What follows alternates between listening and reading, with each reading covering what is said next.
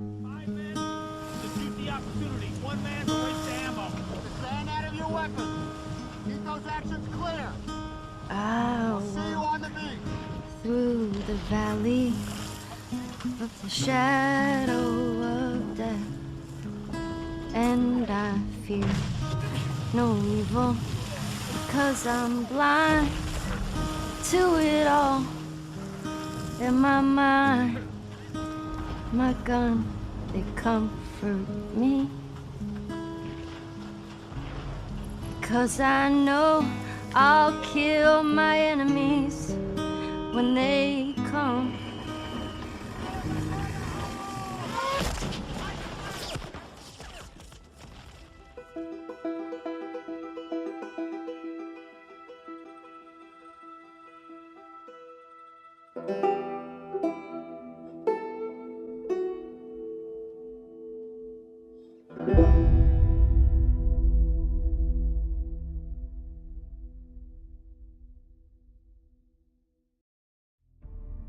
World War II, one of the deadliest conflicts in all of history, began when Nazi Germany invaded Poland on September 1st, 1939. Over the course of the next several years, Adolf Hitler and Nazi Germany controlled all of Europe except for Spain, Switzerland, Sweden, and Portugal, all of which were neutral countries. The Soviet Union had been pushing for a second front since they were under German siege because of Operation Barbarossa. By beating Germany back at Stalingrad and Kursk, the Soviets had put a dent in Hitler's Eastern Front. With Operation Overlord, which was the code name for the storming of Normandy, more pressure would be taken off of the Soviets, allowing them to push farther into Axis territory. This way, a unified Allied coalition could once and for all take the last stand against Nazi Germany. The decision to land around Normandy was made because it was a fairly short journey across the English Channel, and because it was close enough to Britain for air support to be effective. The conferences between Allies US President Franklin D. Roosevelt, Soviet Marshal Joseph Stalin, and Prime Minister Winston Churchill happened in the Soviet Embassy in Tehran, Iran, from November 28th to December 1st, 1943, where they discussed how they were going to stand up to the Nazis. Churchill and Roosevelt proposed that by May they would launch Operation Overlord, and Stalin agreed to that. He said that the Soviets would launch an offensive against the Germans in May in order to contain the maximum number of German divisions on the Eastern Front, and thus remove the difficulties for Overlord. Field Marshal Erwin Rommel was appointed by Hitler himself in November of 1943 to oversee coastal defenses in Vichy, France, to prevent an Allied invasion. As part of his defenses, by June 5, 1944, Rommel had 4 million mines successfully placed on the beaches in France. By landing in France, which was the western extent of the Axis territory in Europe, the Allies could combine with the Allied troops coming up north through the Italian peninsula, and the Soviets who were pushing west against the Nazis on the Eastern Front. Then the three prongs could surround Germany itself, and then the war could end, bringing an end to Hitler's tyrannical rule. The Tehran Conference provided the spark for the Allied fire to start, and because of that fire, the most deadly conflict in human history could be brought to an end. Although the Soviets deserve a lot of credit for helping to defeat the Nazis on the Eastern Front, the Anglo-American forces on D-Day, particularly the Americans at Omaha Beach, stood up to the Nazis on June 6, 1944, and turned the tide of the war around. They had the geography of their landing beach against them, they faced the Nazis who had the superior firepower location, and they lost so many fellow brothers on the beaches, and yet they pushed onwards. June 6, 1944. 34,250 American troops would storm the beach of Omaha. Every 1 out of 14 of those troops would become a casualty of the war. To prevent more American deaths, for 2 months leading up to the storming of Omaha Beach, British and American strategic air forces deployed 11,000 aircrafts, flew 200,000 sorties, and dropped 195,000 tons of bombs on French rail centers and road networks, as well as German airfields, radar installations, military bases, and coastal artillery batteries.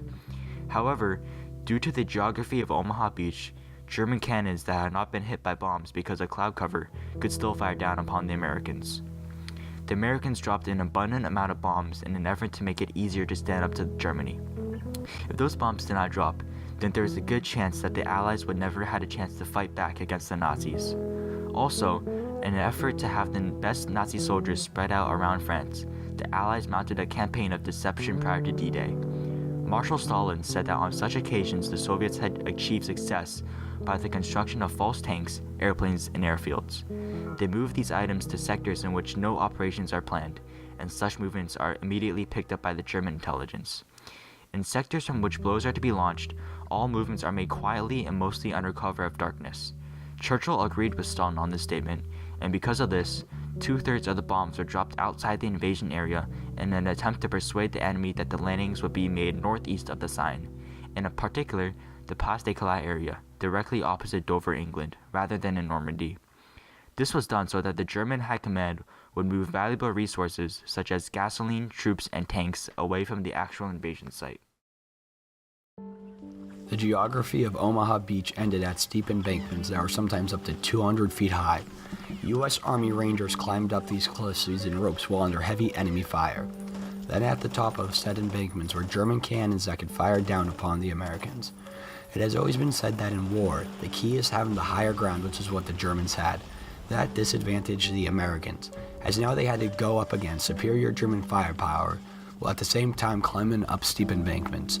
Omaha Beach was defended by the best Nazi troops in the area, as they were combat veterans who had been sent to Normandy for more training.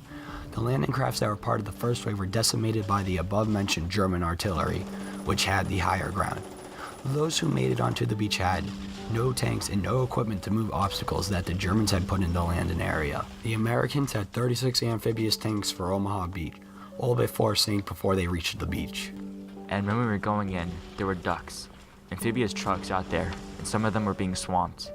And even some of the landing craft, like the ones that were in, were bailing out because they got hit by shells. The water was rough. We headed in, said Staff Sergeant Walter Ehlers. Without any support and armor, any man who was not dead yet was disorganized and shocked.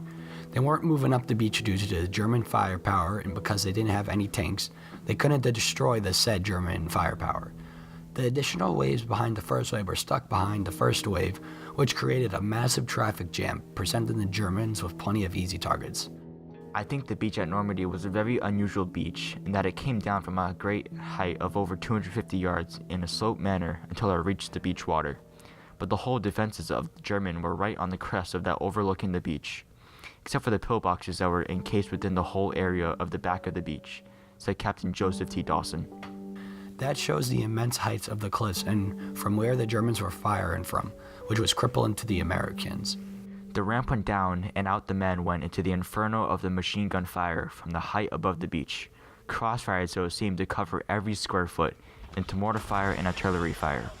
To the waist-deep water men by the hundred-weighted beachward as the murderous fire cut them down, as written in the Intelligence and Reconnaissance Platoon Diary of the 16th Infantry Regiment, 1st Infantry Division. This is the gunfire that thousands of American heroes faced as they stormed Omaha Beach. They faced a geography. They fought battle-seasoned Nazis, and they died by the thousands to stand up to the Third Reich to fight for freedom. Because of the American success of taking Omaha Beach, the Allies attained a foothold in France, allowing them to fight their way through France to Germany. The Soviets got to Berlin first before the Americans and closed in on the Nazis. And on April 30th, 1945, Hitler committed suicide. Grand Admiral Karl Donitz, who succeeded Hitler, signed a document that stated Nazi Germany's total and unconditional surrender on May 7th. If it were not for the storming of Omaha Beach, the Allies would never had a chance to close in on Nazi Germany and end the 6-year war on the European front that claims tens of millions of lives. It also allowed for the arrest of high-ranking Nazi officials who orchestrated the Holocaust that claimed the lives of 6 million innocent Jews. Even though the soldiers that stormed Omaha Beach had the geography of the landing beach against them, they faced Nazis who had the superior firepower location, and they lost so many fellow brothers on the beach. They still stood up to the Nazis, having all odds against them, and allowed the Allies to end the tyrannical rule of the Nazis. If the Americans had not risen up to the challenge presented to them at Omaha Beach, this documentary would have been narrated in German. Danke und tschüss. I'm free, and I won't forget the men who died, who gave